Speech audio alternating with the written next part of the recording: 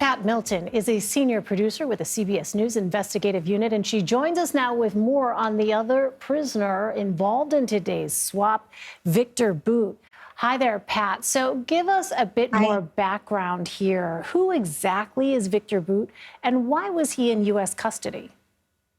Well, I started a number of years ago. CBS was investigating Viktor Bout with the DEA and was initially involved in their sting operation.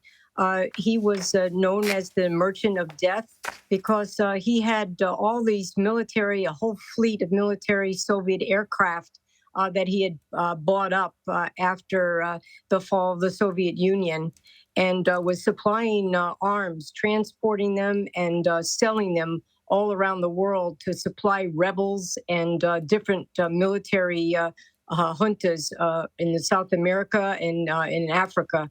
And there was a very big concern because of all the people that were being maimed and died because of the weapons that he had supplied these military people.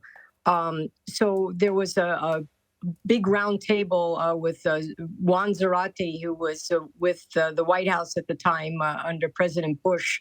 And they were sitting around the table with the DEA, and Juan Zarate said to the DEA, "Bring me Viktor Bout. He is the one that I would like to have brought to justice."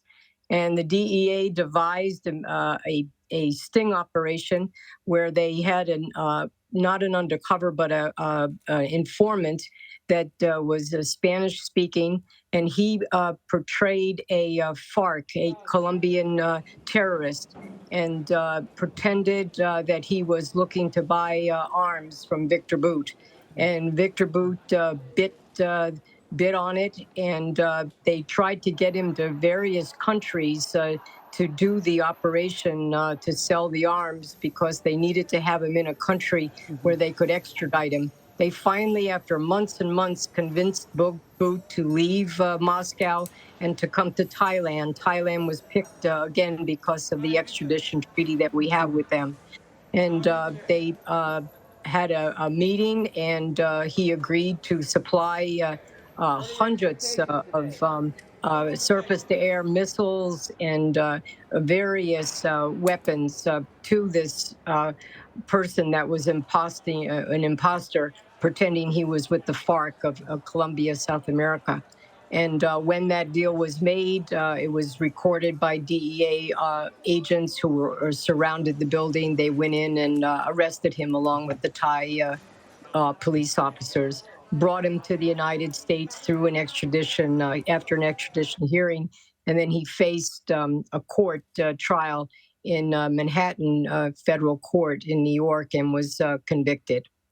So, Pat, everything that you've outlined about his history, Viktor Bout's history, indicates that to the U.S., this didn't feel like a fair swap, right? Brittney Griner was found in possession of cannabis, and this man was convicted of doing much worse crimes. So how difficult was this for the U.S. to get to that point where they were willing to make this swap with Russia? And do we have any insight into what was the final straw? What was the final piece of the puzzle that they both agreed upon to make this happen? Very good question. Some of our sources are saying that this was the deal that Putin agreed to, and that we had been negotiating, the State Department had been negotiating with the Russian government, and this was the deal that they came up with. And, they, of course, wanted Paul Whelan also, and were pushing for that. But in the end, this is the deal that Putin would go for, and they grabbed for it. They knew it was a one-on-one deal. They knew they were giving up a very big fish in Viktor Bout. He was a major arms dealer, a major trafficker of arms around the world, and he was a very big fish. Yeah, I'm just reading a story, Pat, that you filed back in 2011. How much, when we're talking about weaponry and ammunition, in that trial that you mentioned, you reported that there were 100 surface-to-air missiles, high-powered sniper rifles, 10 million rounds of ammunition to arms buyers for that Colombian terrorist group. I mean, a lot of folks wondering if he's still potentially could be a threat today, but I'm afraid we're out of time. Pat Milton, Pat, thanks so much. Okay, you're welcome.